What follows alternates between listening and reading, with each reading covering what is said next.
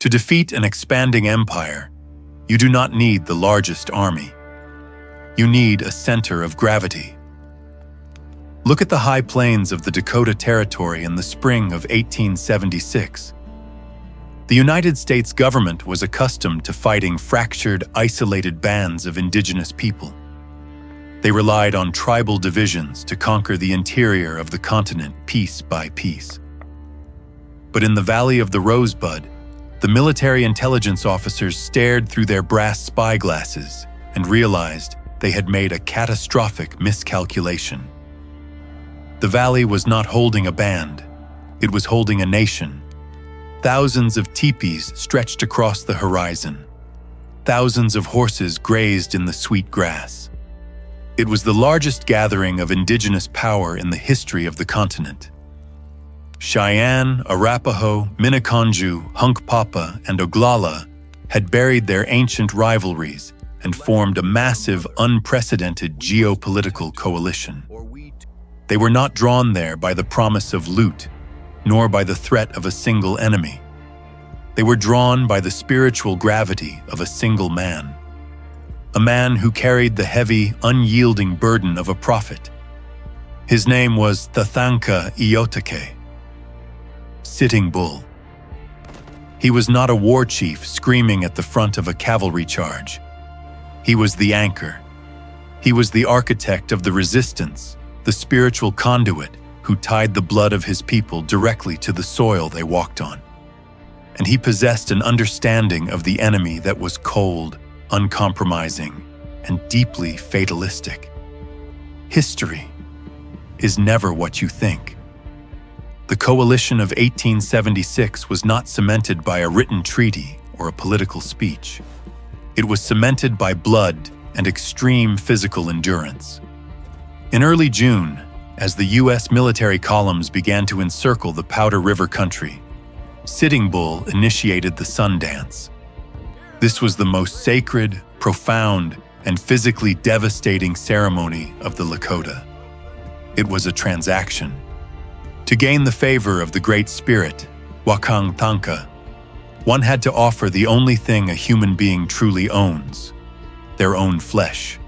Sitting Bull sat on the dust of the plains. He did not flinch as his adopted brother, Jumping Bull, took a sharp awl and meticulously cut 50 small pieces of flesh from each of Sitting Bull's arms, from the shoulder down to the wrist. 100 cuts. Blood poured down his skin, soaking the earth. He then danced for 2 days and 2 nights around the central cottonwood pole, staring directly into the blinding, scorching sun without food or water. He pushed his physical limits past the point of systemic collapse to achieve a state of absolute clarity. On the second day, he fell into a deep trance. When he awoke, he delivered a vision that would seal the fate of both his people and the United States cavalry. He saw soldiers falling from the sky. They were falling like grasshoppers, upside down, directly into the Lakota camp. The vision carried a clear, unequivocal promise. The Great Spirit was delivering the enemy to them. They would win a great victory. But the vision came with a strict, absolute warning. The dead soldiers were a gift, and one must never take the spoils of a gift. The warriors were forbidden from stripping the dead of their weapons, their clothes, or their horses. If they took the spoils, the Lakota would be destroyed. The Greasy Grass and the broken contract. Weeks later, the prophecy materialized with terrifying accuracy along the banks of the Little Bighorn River. When the 7th Cavalry, led by General George Armstrong Custer, launched a surprise assault on the massive village, the camp did not shatter. While Crazy Horse and Gall led the kinetic counterattack, obliterating the American troops on the dusty ridges above, Sitting Bull remained in the valley. He organized the defense of the non-combatants, ensuring the women and children were moved to safety, and he made medicine to protect the warriors. The American cavalry fell exactly as he had foreseen, plunging upside down into the dust, completely annihilated. But in the chaotic, blood-soaked aftermath of the greatest victory the plains had ever seen, the spiritual contract was broken. The young warriors, fueled by adrenaline and the sheer scale of the triumph, ignored the warning of the sun dance. They swarmed the battlefield.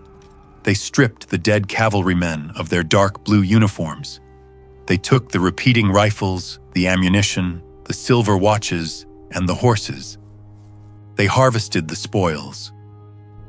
Sitting Bull looked at the scavenged weapons and the stripped bodies, and he knew the war was lost.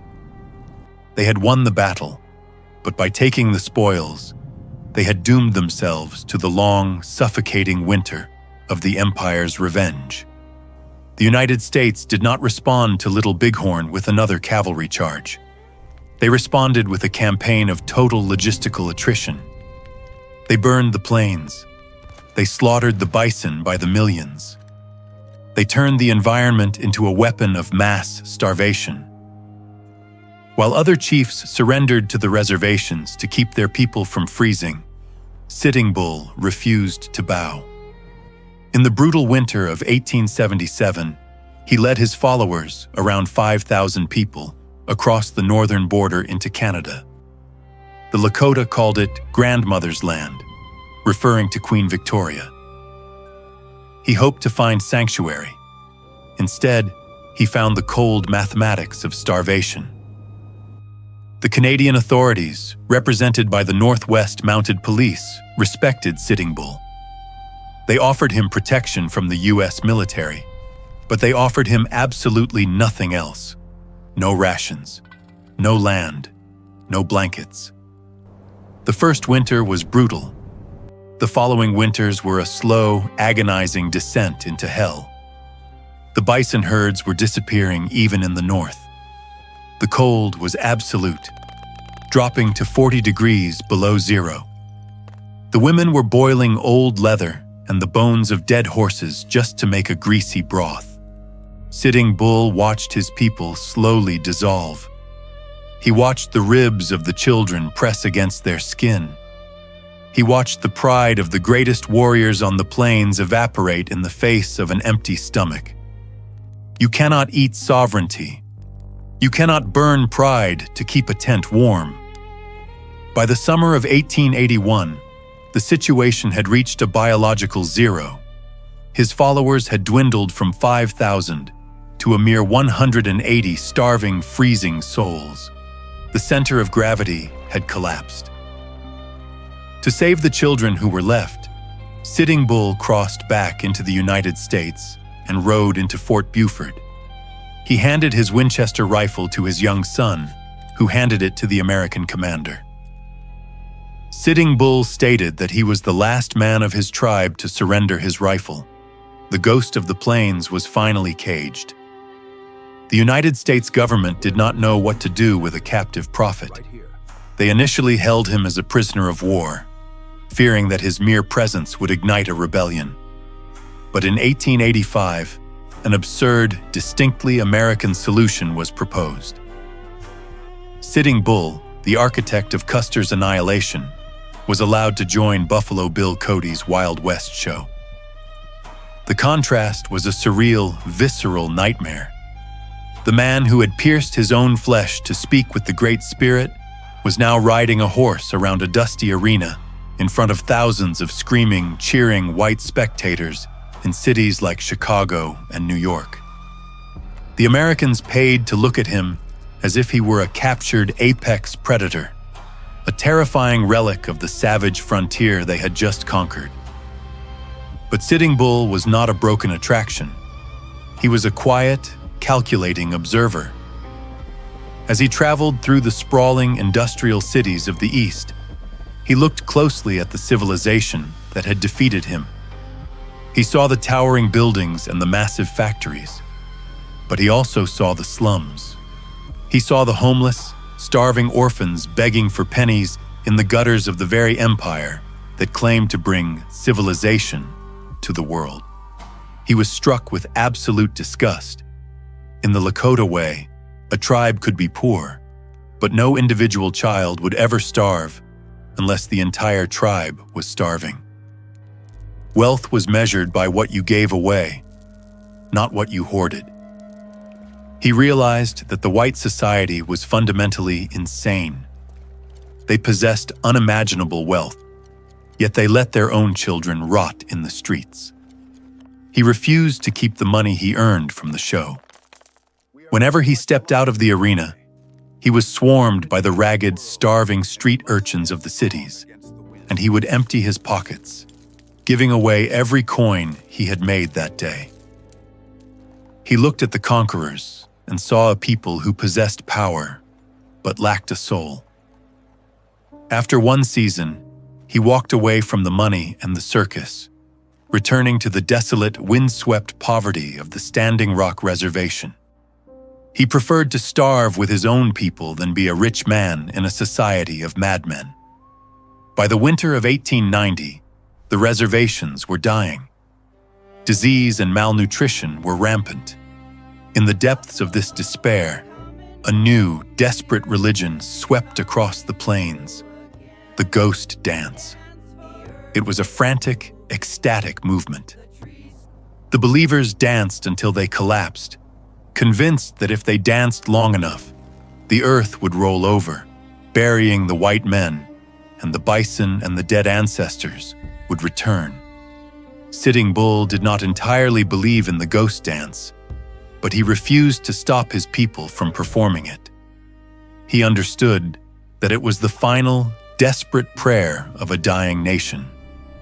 The United States government, however, panicked. They looked at the dancing and saw the sparks of a massive uprising. They ordered the immediate arrest of Sitting Bull, believing that if they removed the center of gravity, the movement would collapse. But the government did not send the United States cavalry to arrest him. They executed a far more cynical, calculated maneuver.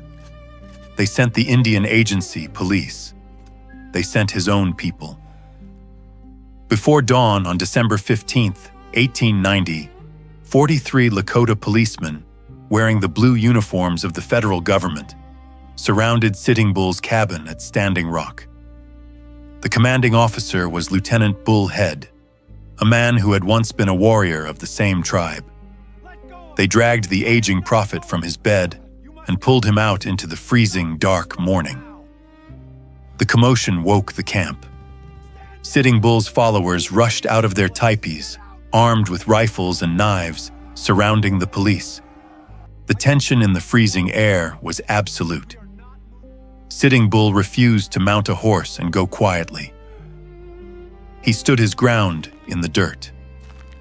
A warrior in the crowd raised a rifle and fired, striking Lieutenant Bullhead in the side. As Bullhead fell, his finger clenched on the trigger of his revolver. The bullet struck Sitting Bull directly in the chest. Simultaneously, another policeman standing behind him, Red Tomahawk, fired a bullet into the back of Sitting Bull's head. The architect of the Great Coalition, the man who had survived the harshest winters, the greatest battles, and the treacherous politics of two nations, fell dead in the snow. He was not killed by a legendary cavalry commander. He was not killed in a glorious, epic charge on a dusty battlefield. He was shot in the back by his own people, wearing the brass buttons of the empire that had starved them both. It was the ultimate, bitter tragedy of the frontier. The machine did not just conquer the land, it turned the blood of the people against itself, ensuring that the final executioner was the very reflection of the man being killed. History is never what you think.